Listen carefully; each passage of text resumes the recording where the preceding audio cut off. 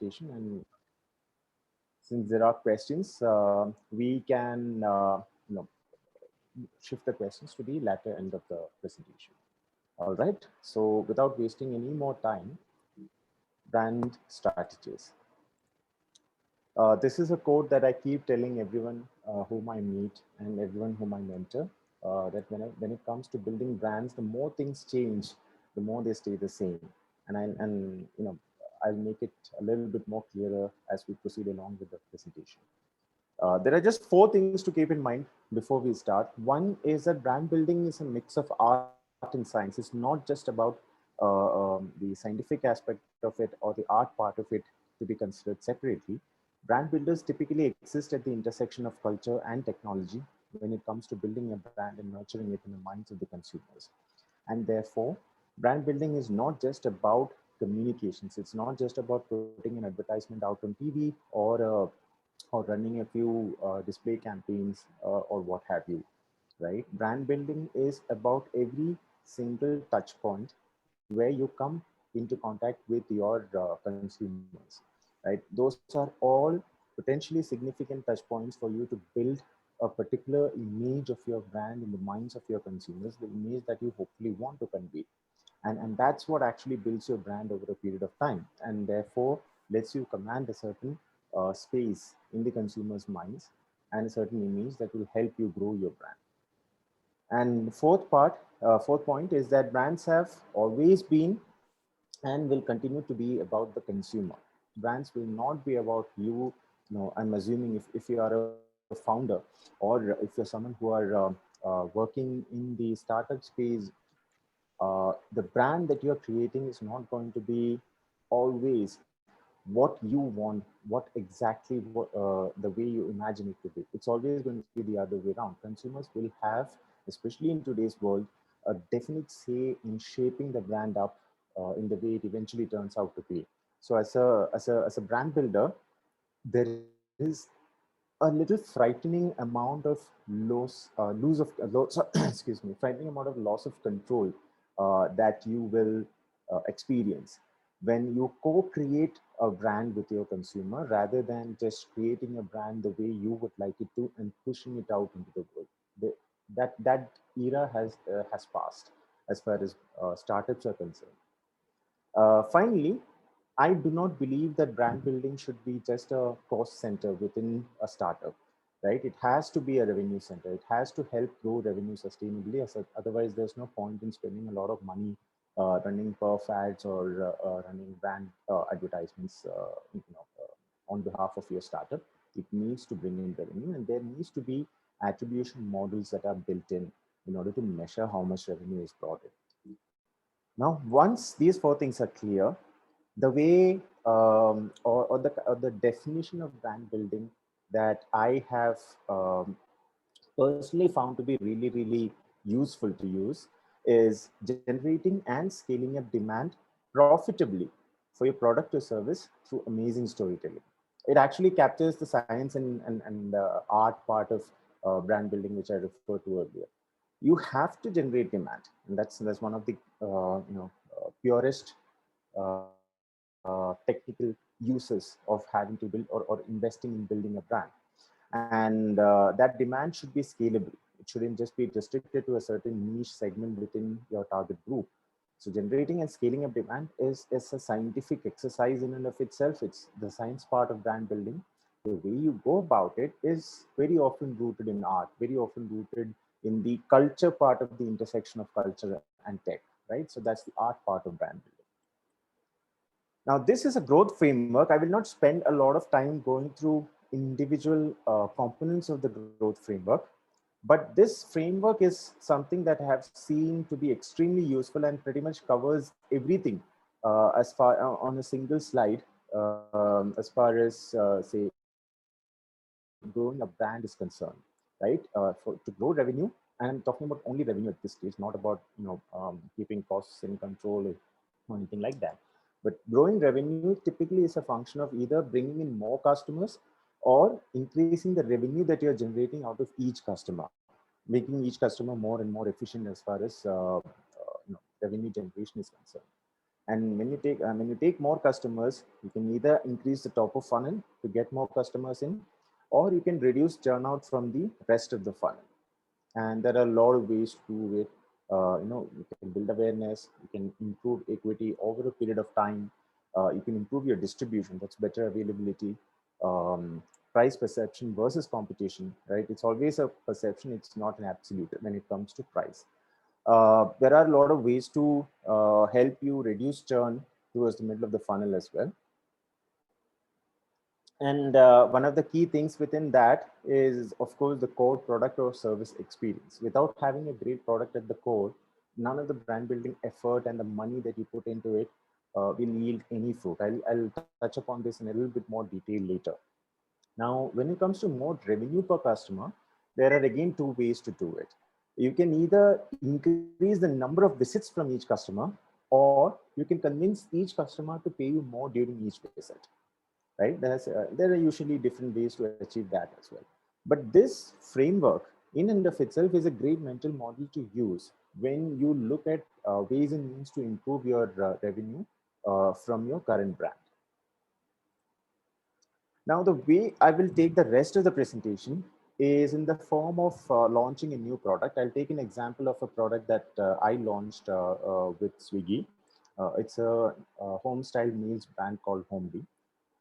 uh, Launching any product right from the concept stage to the stage where it hits the market, clears PMF, and then eventually gets scaled up, typically has three parts to it. In the first part, you go out into the market landscape, you do market research, you understand the scope of the launch, you try to figure out which target group you need to talk to, what their specific requirements are, and how your product or service fits into it, what your strategic rationale needs to be, etc. How do you bust the trial barriers, the whole shebang over there. Which again, it's all done externally within the organization, because you have to get this information by interacting with your potential consumers outside of your organization. And then there is a phase where you sort of bring everyone inside and huddle together and work internally, where a lot of the hard work as far as dotting the I's and crossing the T's gets done. There's a lot of legal vetting to be done usually. If you have a physical product, there will be a lot of regulatory requirements and safety and production requirements that you need to fulfill over a period of time. There will be a volume forecast, and there will be a pricing model, a financial model for 5 years or so built based on that volume forecast that you have to build with your say broader stakeholder system within the organization. You need to stress test or debug your product, do it multiple times to see where all the product can fail, in what all use cases can it potentially fail, and then fix those issues. A cross-functional team alignment that needs to be done before the product or the service can be brought out into the world. Now, there's often uh, a sense of urgency here, where the need to get a minimum viable product out into the market and test it and get feedback and see whether it works or not comes into conflict with the need to get a perfect product out, so that you don't let the consumer experience suffer just so that you can test and learn. Now, that tussle has always been there. In the FMCG part of my career, I used to work with billion-dollar firms where putting this product out into the market and having it fail was seen as a huge loss of face for the company, and there was a tangible monetary damage associated with it. And oftentimes, especially in the personal care space, putting a defective product out into the market, which often comes into contact with people's skin or health and can affect their health, can have disastrous consequences. So companies used to spend upwards of 6 to 12 months just getting the internal stuff ready and making sure that there was no issue whatsoever. But there are categories where, especially when it comes to SaaS, software as a service, where you can afford to not have to iron all the rough edges in product, so to speak, and put the product out there for an early bunch of testers, basically consumers who test products for you or services for you, to give you feedback. and you can run with it without much damage. So it all depends on the category and the product that you are trying to sell, and the kind of relationship you build with your early consumers. We'll again touch upon a little bit of it later during the presentation, but this is the internal part of it. And then finally, the external part, again, when you take this product and go out into the world and try and sell it. So a couple of things that have changed over the years when it comes to building a product and trying to build a brand out in the world, right? The more things change, the more they stay the same. So we'll see what has changed and what hasn't. One is that market research has moved from this discrete, ad hoc, large exercises which companies used to conduct every quarter to small, always on experiments with rapid iterations. You quickly test and learn and move forward. The number of test processes, which typically used to be threefold in earlier days. And when by earlier days, I don't actually mean the 1960s and 70s and all, right? Just a decade ago, you typically have only a consumer immersion, an FGD, and secondary or what we used to call desktop research. And this is how I started out. But nowadays, there are a large number of ways to get information which is relevant and useful to you from your consumers. You don't have to rely so much on gut feel as we used to have to do a while ago, 5 or 6 years ago, when it comes to market research.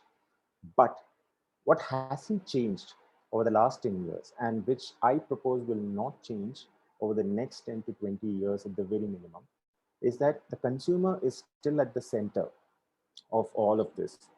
You have to talk to your consumers one-on-one before you truly understand what motivates them, what are the key behavioral insights that's uh, moving the category, and so on and so forth. So one of the funnier examples I have from my personal life is for one of our one-on-one consumer immersions, I actually talked to a Filipino prostitute about hair care.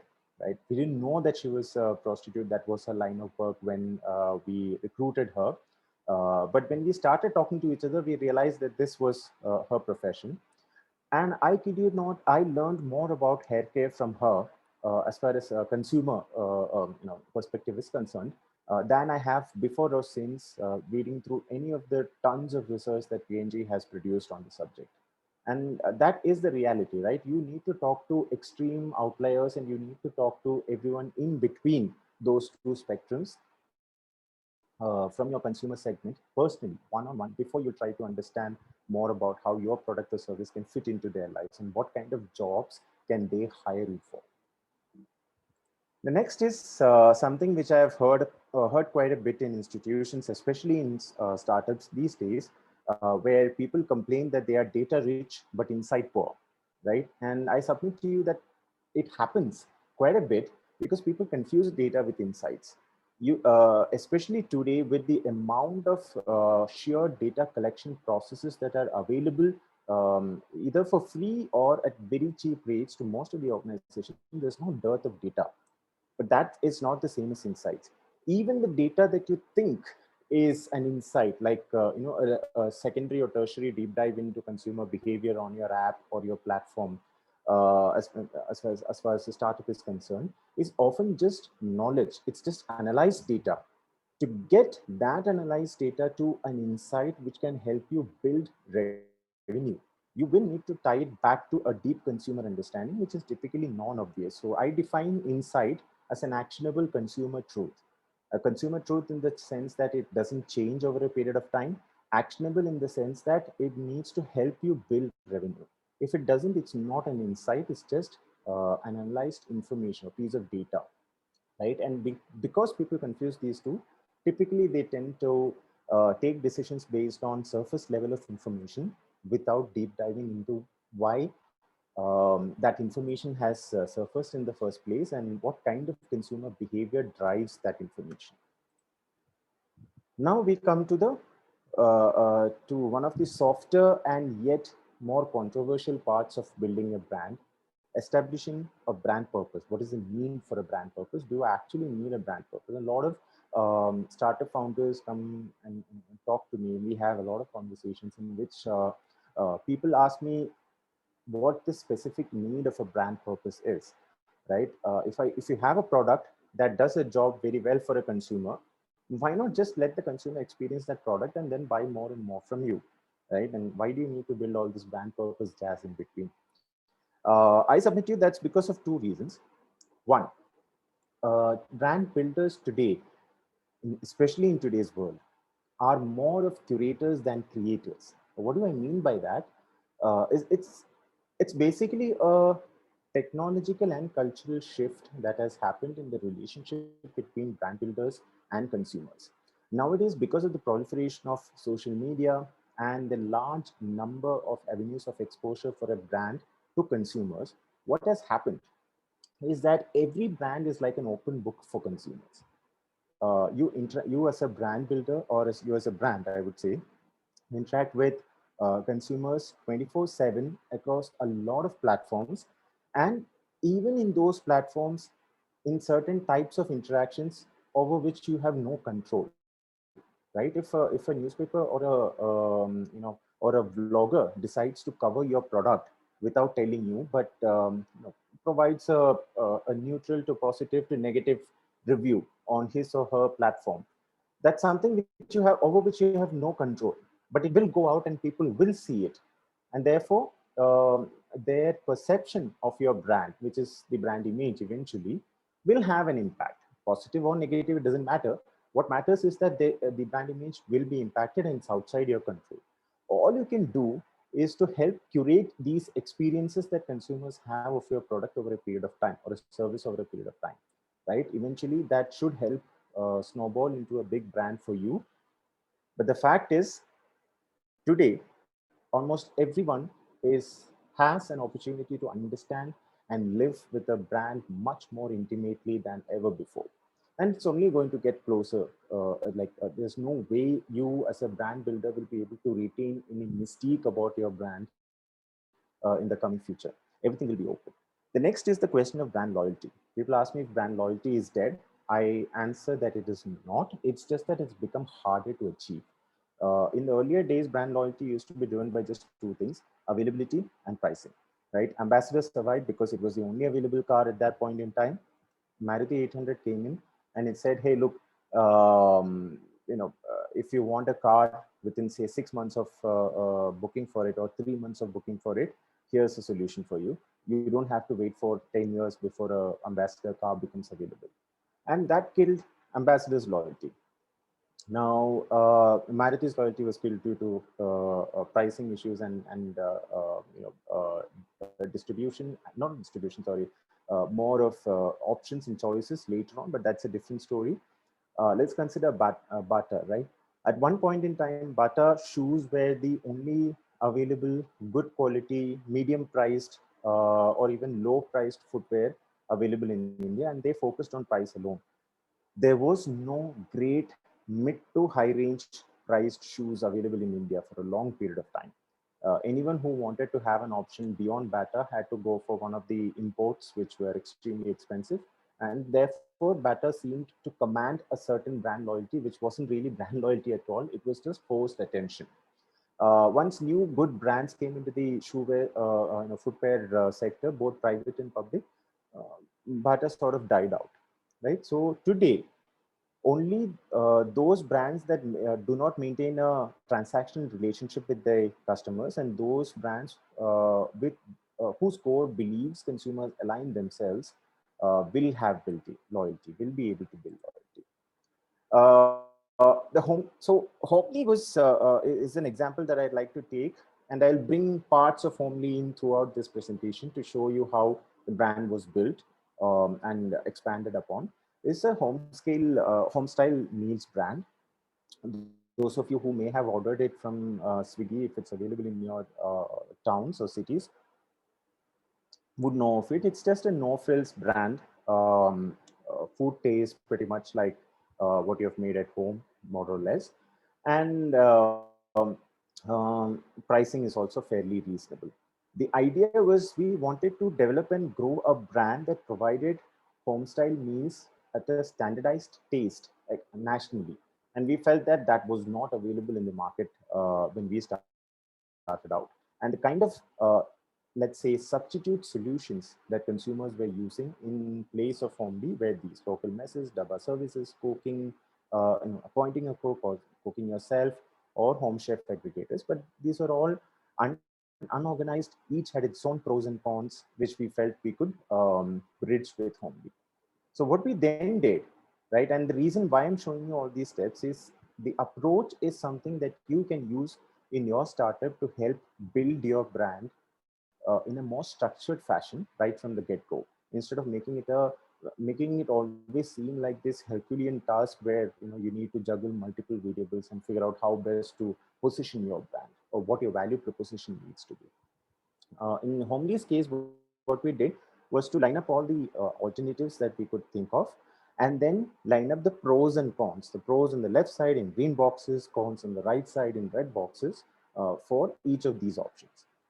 And we got those pros and cons through deep consumer emotional research.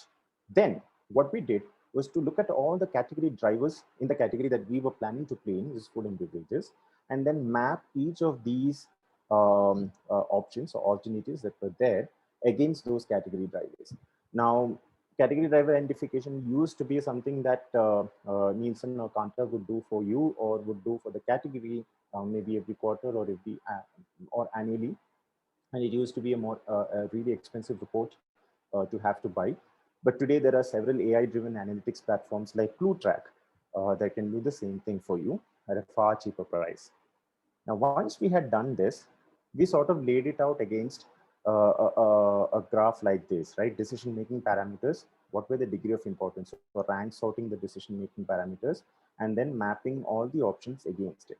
So where we wanted to play in with Homely was just below mom's cooking, which is recognized universally as the gold standard of cooking when it comes to home style meals. There's nothing in the world that you can make today or later on which will beat that.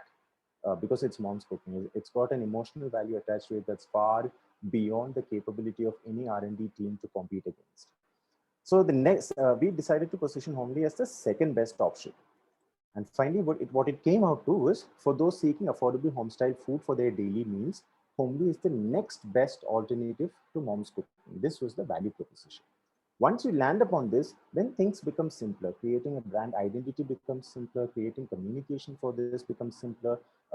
Every single member of your organization being able to understand your value proposition and act accordingly, and that becomes simpler as well. So that's the first external part of it. The second internal part of it has got to do with everything that eventually your consumer will see. Right? I'm not going to go into a large amount of detail here because most of the startup founders that I've met with are really, really good at running this. Just a simple example, Better Home, when they created their first packaging, had these kind of designs that you see on the left side. Better Home is a ecologically friendly home cleaning solutions brand. And they had this range of products, floor cleaners, dishwashing liquids, laundry, toilet cleaner, etc., which were launched in the first instance, right? And there used to be a lot of consumer complaints where people would say, my floor is not being cleaned properly, or my dishes are not being washed properly, my laundry is not being done well, etc. So finally, what they did, the brand managers or brand builders at Better Home, what they did was to actually go to the houses of these consumers, right? And then like sort of watch them work with the Better Home products to either clean their floors or do their laundry or do their dishes. And they figured out that because Better Home products were priced slightly on the higher side of the spectrum, the kind of consumers who were able to afford the Better Home products usually had household help, domestic help, or mates who used to work with these products in their houses. And since these people were not able to, the domestic help, where in most cases were not maybe savvy enough to differentiate between these different products just by reading the very small type product differentiator or variant names like floor cleaner, dishwashing liquid, laundry liquid, etc. And even if even in those cases where the domestic help were literate enough to do it, they were often in a hurry and didn't have the time to actually go through all of these minute details and figure out which was which. So people often ended up using dishwashing liquid to wash the floor or laundry liquid to wash dishes and so on and so forth. And that's That's the reason why their products were not working the way they were intended to. So they redesigned their entire packaging to what you see on the right side with visual cues to show you which product was to be used on what occasion. This is something that they could have done had they incorporated packaging consumer immersion in the packaging design part initially in the first place. So that's just an example of how this can help. With Homely, we had worked extremely closely with all these different functions within the organization in a pod structure where a lot of these people work together along with us in a small self-contained unit to quickly get iterations of the product made and then quickly put it out into the market. Finally, the last external part of it, and I'll take only about 5-10 minutes more. What happens in the real world with brand is that brand is an outcome and not an input. It's not just a marketing campaign. It's an eventual outcome of all the actions, whether big or small, that you and the brand team and everyone in your organization takes with respect to the brand, right? So a customer service representative taking a call from a customer who has a genuine issue or a complaint is also helping to build your brand. And that's something that people often forget, right? Most of the problems that I've seen with brands that come to me for help you often have nothing to do with the value proposition, which is quite strong, but have to do with the way that value proposition is manifested in the outside world, where people tend to have this myopic view that a value proposition needs to come to life in a really cool advertisement that I show on Hotstar and Sony Live or Woot, and that's it, right? But that's not the case. Every single interaction that your consumer has, especially in today's connected world, with your brand and with whoever works with your brand, is helping to create a brand image and is helping to build your brand. And of course, there is no brand without a really kick-ass product at the center. It's almost like a veg biryani, pardon those who love veg biryani, but there is no such thing, right? You can't build a brand around a product that is fundamentally at its core useless. With Homely, again, I'm not going to take you through all of this. This is a slide that's just meant to show that we had looked at every single point where the consumer came into contact with the brand and therefore helped to grow the brand, right? And we were pretty deliberate about all the actions that we took at each of these touch points to ensure that a consistent message went out to the consumer as far as Homely was concerned.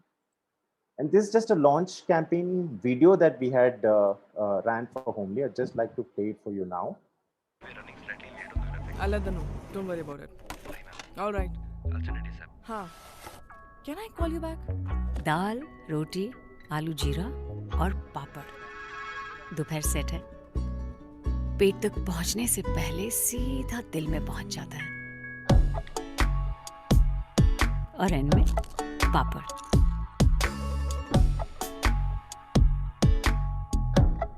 Homely, home वाली feeling.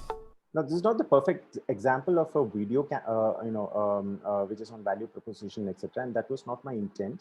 My intent in showing this to you was to tell you about why we chose video as the vehicle to talk to our consumers. Because of several A/B tests that we had run within the organization about how best to reach out to our consumers, we realized that 15 seconds, 10 second, and 6-second videos were the best when it came to building traction with our consumers. And that's the reason why we decided to choose and go ahead with it.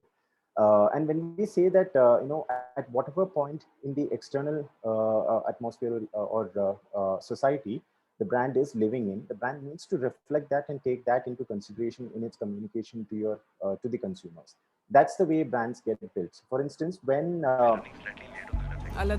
the pandemic struck, for the first few months, Homely did not advertise at all because we felt that trying to grow revenue ostensibly, overtly, was not something that we wanted to do. But eventually, when things started to settle down and certain rhythm had been established in our consumers' lives, we came out with this video.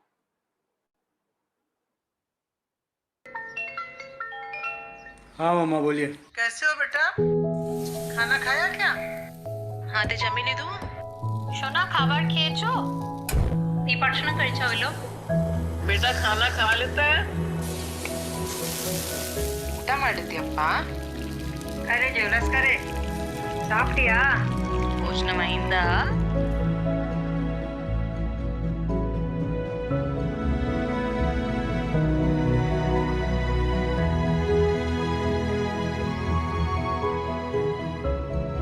The entire script is just one line. Have you had food? That's it. And these campaigns worked really well. We increased our new user acquisition by 41% and our dormant user reactivation by 11%. Remember the growth framework which I was referring to earlier? You either bring in more customers or you ensure that your existing customers don't fall out of the funnel. Now, while all this is being done, this is the last slide. While all this is being done, there are certain KPIs that the brand marketers should own by themselves or jointly with the product marketing team. These are a few of the KPIs that I have seen to be really useful. Of course, these may change a little bit based on your particular category and your brand, but the fact is, everything needs to be measurable. Otherwise, there's no point in spending money just to create great ads and feel good about ourselves, right? So building brands needs to be tied back down to the revenue that it generates for your brand and therefore be sustainable. So that's pretty much it from my side for a short presentation on how best to build a brand. This is of course not complete in and of itself. It's a much bigger topic than we can give it justice in 30 or 35 odd minutes. So what I've tried to do is to distill what I know in a short format way. And I'm sorry if I've rushed through the slides a little bit here and there, but you can reach me at any of these channels. I'm typically very active on LinkedIn, or as active as I can be on LinkedIn. So you can reach out to me there for any further questions that you might have. And over to you, Vikas. How you want to run the question session? Yeah, thank you, Sandeep, for this very detailed insight about this branding management. And I'm pretty sure that is a very broad topic. Can't go through the every details here, but within the time limit, of course, that you have delivered so well here. So I have a couple of questions in my hand. After Sure. that, I allow others to raise their hands, and I'll allow them to ask the questions. So I understand that branding strategies is completely different from each industry to other industry, right? Yeah. So, But the approach still remains the same. It remains rooted in the consumer. The way you manifest it can differ based on the kind of categories you play. Yeah. So a first question, like from the Mr. Gaurish Bhatt, is saying that I would like to know about the branding strategies for B2B IT services business. Right. Couple of things, right? This debate between B2B and B2C has been raging on for quite a while. And I think part of it has got to do with the fact that B2B branding is often not as ostensibly jazzed up and doesn't have a lot of flair like B2C branding. But if you consider that aside, right, if you keep that aside, B2B branding is still keeping consumers at its core, and there's a certain job to be done by the product or the service that's being hired for by the the team within the organization who's responsible for taking decision on whether or not to go ahead with the contract. And therefore, what happens is you are eventually building a brand for those people. Those customers are your consumers. A buying team or a purchasing team within an organization who could be a potential client for you are the people you eventually want to build your brands for. And from there onwards, the principles that you apply in a B2B and a B2C branding scenario fairly remains the same. Now, if you're asking me for specific strategies, I have not built a B2B IT brand, therefore I won't be able to help you a lot there. But techniques as far as trying to talk to the consumers. Remember, going back to what I mentioned about how we built Homely in the first place. By talking to the consumers, trying to figure out the current solutions that they are using, which are alternatives to your product, not simply from your particular category, but from the entire world of potential solutions that they can typically use instead of your product. You can get you can distill maybe 6 or 7 or at best 10 options. I would recommend not going beyond 10. That'll be too complicated for you. And then trying to figure out the pros and cons of each of these options. Where are these solutions breaking down for your potential customers who are, in this case, a purchasing organization, purchasing team members, and how is not aligning with your client's expectations. Once you have that, then it becomes then your value proposition sort of writes itself from that kind of distilled work, in terms of how best can you therefore come in and fill that particular void that's been inside, or that's been being felt by your client. So this approach I have seen holds fairly good across B2B and B2C. I think one raised hand by Mr. Jaideep. Yeah, Jaideep ji, please. Yes, Sandeep, good afternoon, and thank you so much for great insights. I have two specific questions, Sandeep. One is with regards to startup. When we as a startup should focus on building the brand, because again, in startup, when we are bootstrap, we still have a lot of constraints. Apart from building the product, we have monetary constraints. That is the first question. Second is post-COVID, we have seen a lot of brand building activity moving digitally. So what is your view? Where should startup like, which is a bootstrap startup, focus its time and effort when they want to evaluate options of building a brand? Which is the channel which you will recommend? If you can share some thoughts on it, it would be great. Okay, so David, the second part of your question is actually a little broad, because the solution which I typically as a consultant get involved in with brands, it usually takes time to solve it. And that's basically how I earn a living these days as well, right? Figuring out which specific channels are useful for which kind of brands, for what particular kind of categories to grow their brand. I'll try to do just some justice to it. But the first part of your question, which as I understand it, is when is the right time to build a brand, right? And I sort of try to allude to it during the presentation itself, because the answer lies in a fundamental truth, which is in today's world, a brand is the sum total of all the interactions that you as the owner will, and your brand as the product or service will have with your consumers at any given point in time, right? So if we define as we used to in the earlier days as brand building, to be simply the advertising and the brand identity, the logo, the images, etc., that come out into the world to be the whole of brand building, then of course that kind of brand, the era of that kind of brand building is over. Now, for any particular brand that you want to bring out into the world, every single interaction matters to you. So right from day one, when you you pitch to your first customer, and when your first customer decides to transfer their hard-earned savings to you in order to purchase your product or your service, and all the interactions that therefore and subsequently you have with that customer are all brand building opportunities for you. So even for a bootstrap brand, even if you don't have money, you don't have to splurge in any kind of fancy brand logos or brand advertisements or visuals or anything like that. What you though need to do is right from day zero, you have to be extremely clear about what your value proposition is, how that is going to change the life of your customer, and therefore what your brand stands for. Once these things are clear, it will reflect in all the interactions that you or your teammates will have with every single consumer, with every single investor, with every single, say, other stakeholder in the ecosystem, like the media or PR agencies and whoever you want to work with, right? It will create a consistent experience for all of them as far as you are concerned.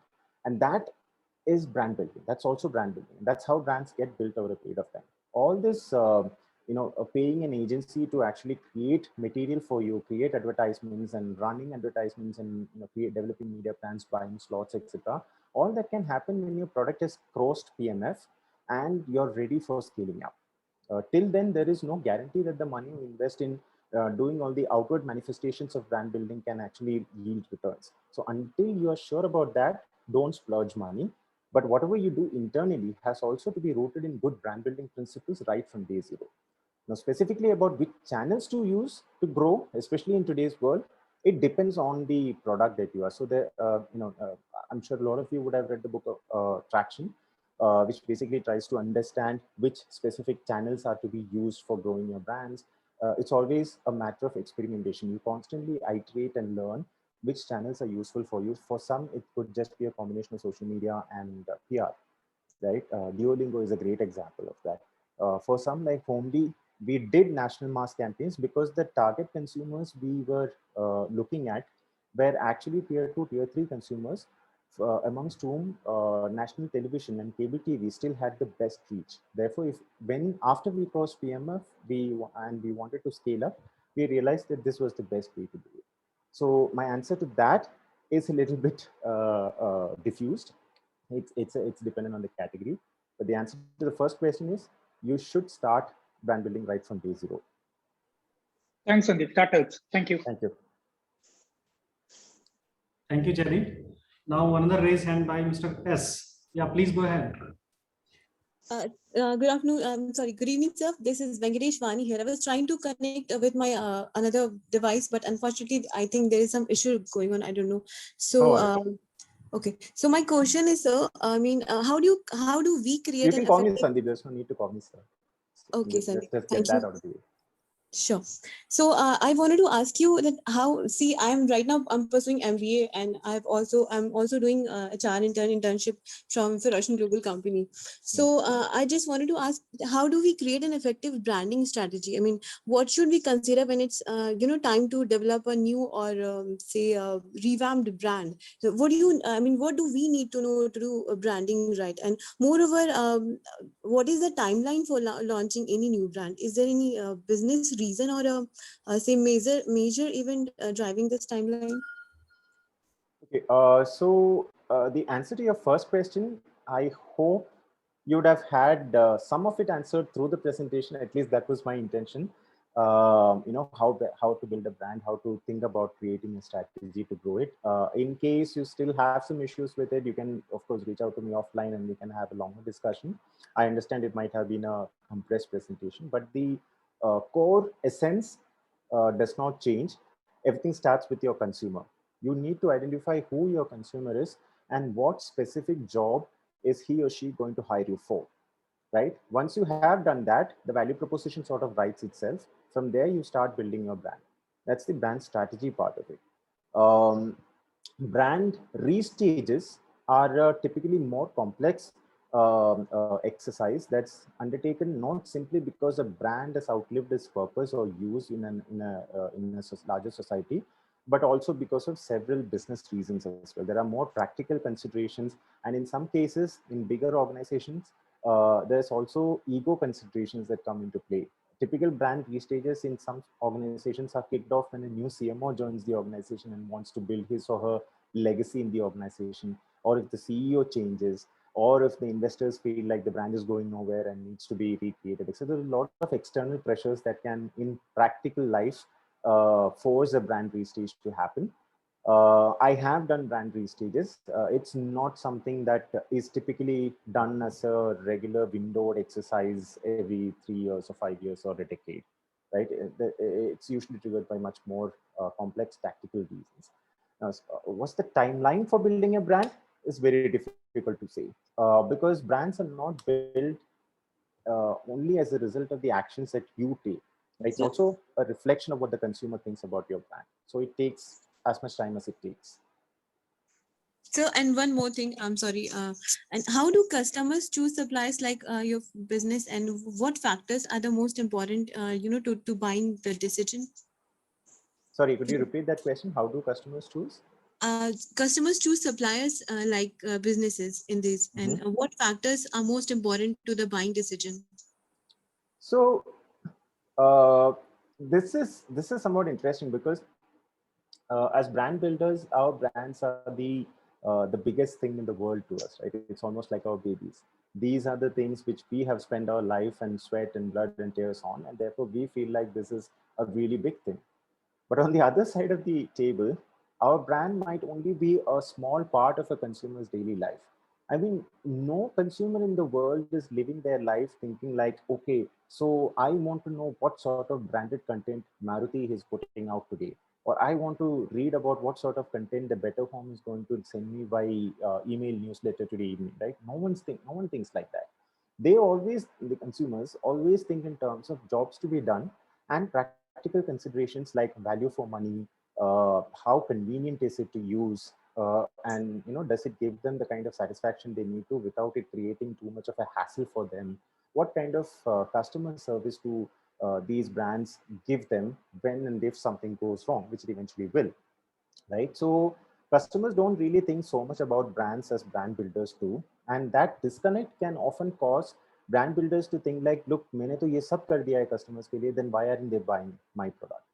Often it's not your fault. Often it's not the fault of the customer. It just happened that the jobs that they required to be done were not met by your product or service, and that happens. So you shouldn't be trying to serve that kind of customer in the first place. You should be trying to serve only those customers who really feel the need for your product, and eventually you can introduce new products for those customers who didn't get persuaded by you in the first instance. But start small, start with a single niche focused customer segment, and try and understand them more and get to befriend them. That's the only way they will consistently keep on choosing you, because what you are building eventually is a way for them to take a decision without feeling really bad about it, or without feeling remorse or guilt after purchase about having taken your product. I know it's not Thank you the so much. kind of textbook definition, but that's what happens in real life. Yes, sir. Yes, sir. You're right. So it just as I'm learning new things right now, and being an HR intern, I think this is the most important thing I should be asking. That how do how do we communicate your values proposition?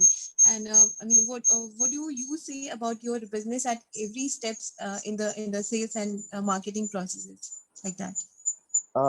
Yeah, so this is also something that I had touched upon during the presentation.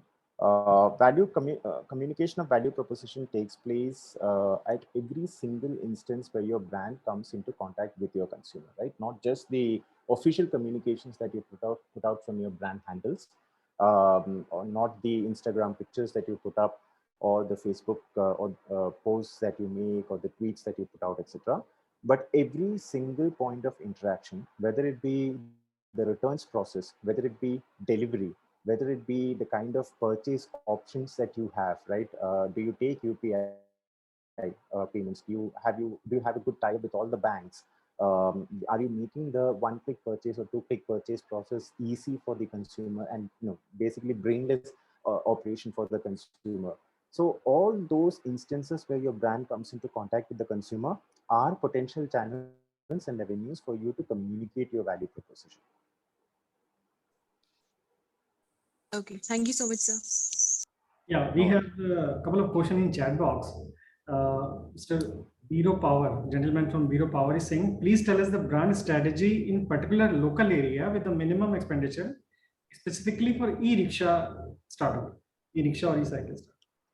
Okay, so first off, I don't think this forum is the right place to solve for a specific use case brand combination, right? It would require a much long, because I typically take 2.5 months to get to a spot where I can talk to consumers and figure out what the value proposition of the product solution is to be. Now, as far as if the essence of the question is how can a bootstrapped brand achieve brand building, then we have already touched that with the conversation with Jaideep. Touch on that with the conversation with Jaideep.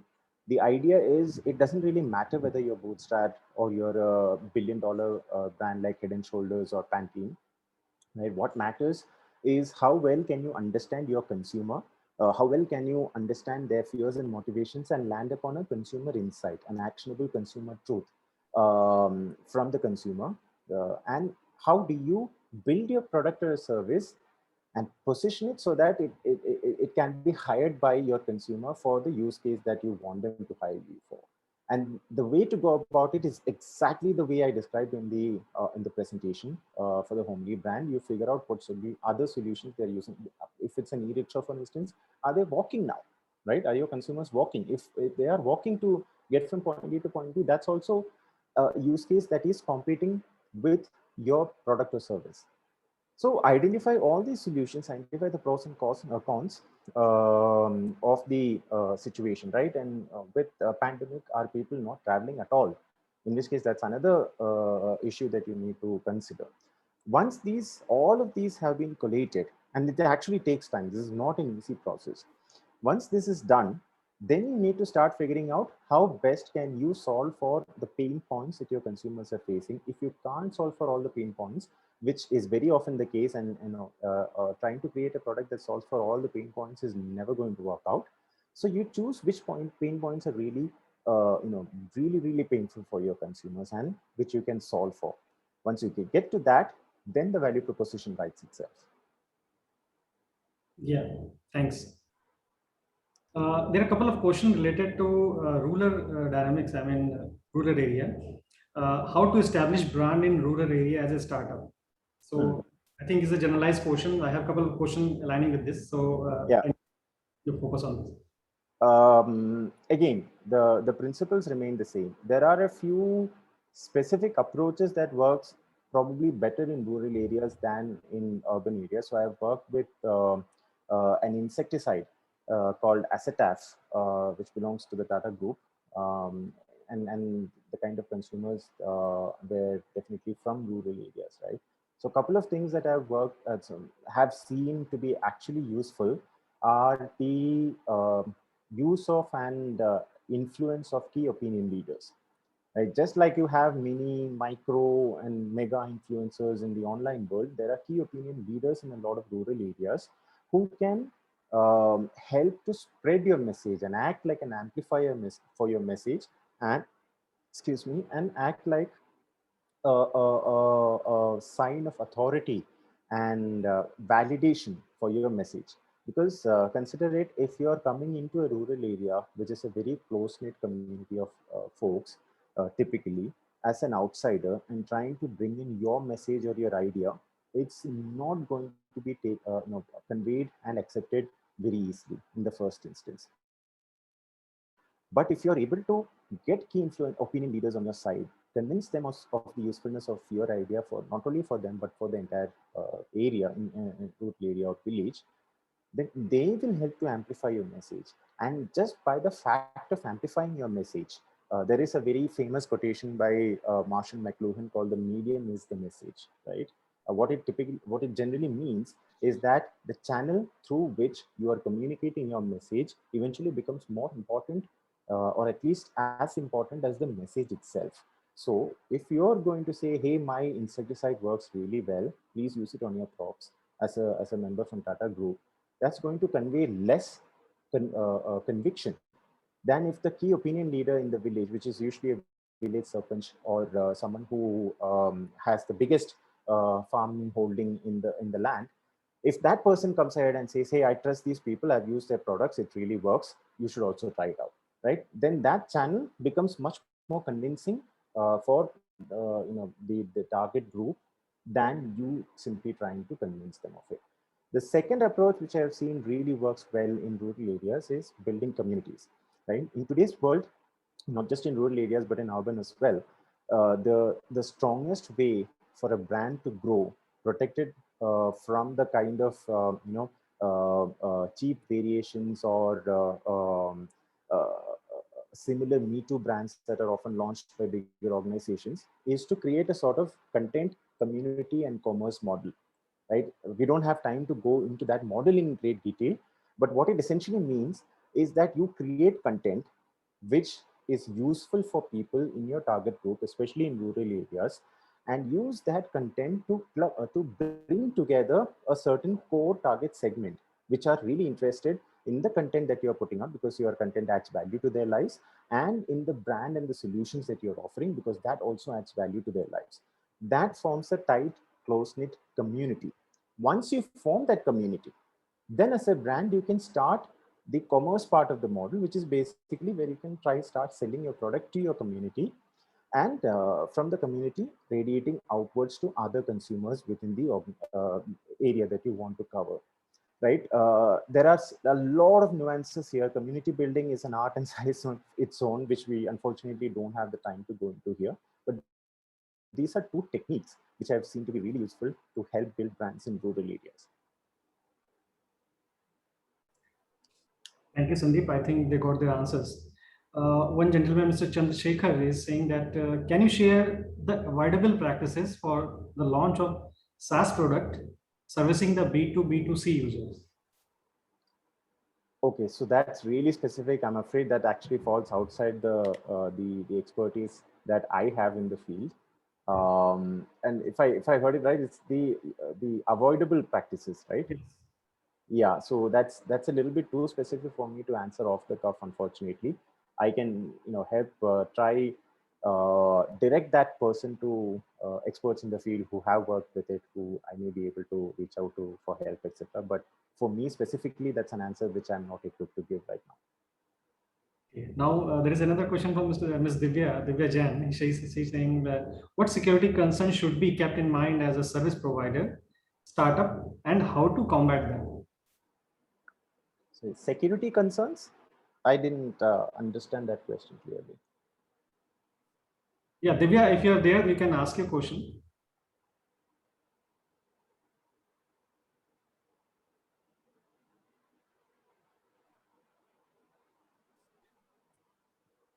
No problem. So just one last question, like one gentleman is asking the cost-effective branding technique in local level or the rural level.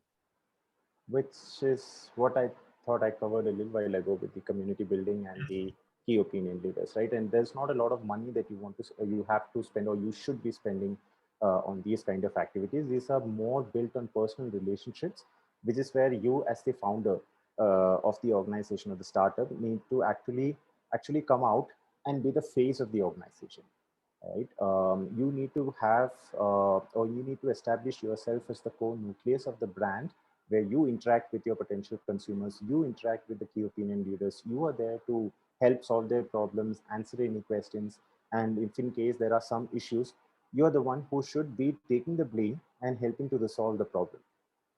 So it's a tiring process, but it's the only way in which you will build confidence in your product and in yourself. And that confidence is what will help to bind together these communities and to get key opinion leaders on board and start selling the product or the service. So these kind of activities typically are bootstrapped. You don't need to spend any kind of money to run campaigns, and typically in rural areas, such flashy campaigns are often seen with a certain amount of distrust, right? And therefore, it actually can be counterproductive. So you're better off not spending a lot of money at the outset anyway. Yeah. Thank you, Sandeep. I think these guys got their answers. So if anybody having any question right now, straight away, please raise your hand.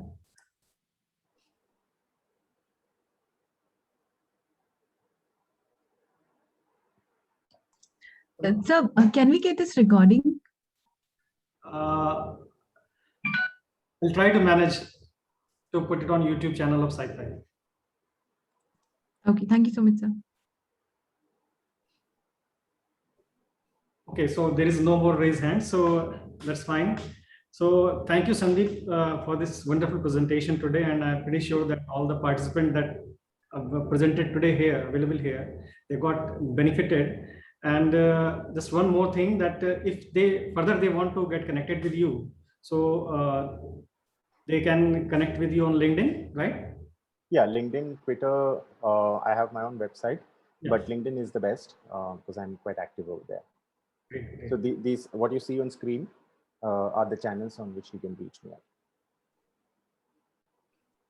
So thank you so much, Sandeep, for taking out time joining us today on a very short notice. And thank you participants who joined us today. And I'm pretty sure that they learned something from this session. And I hope so.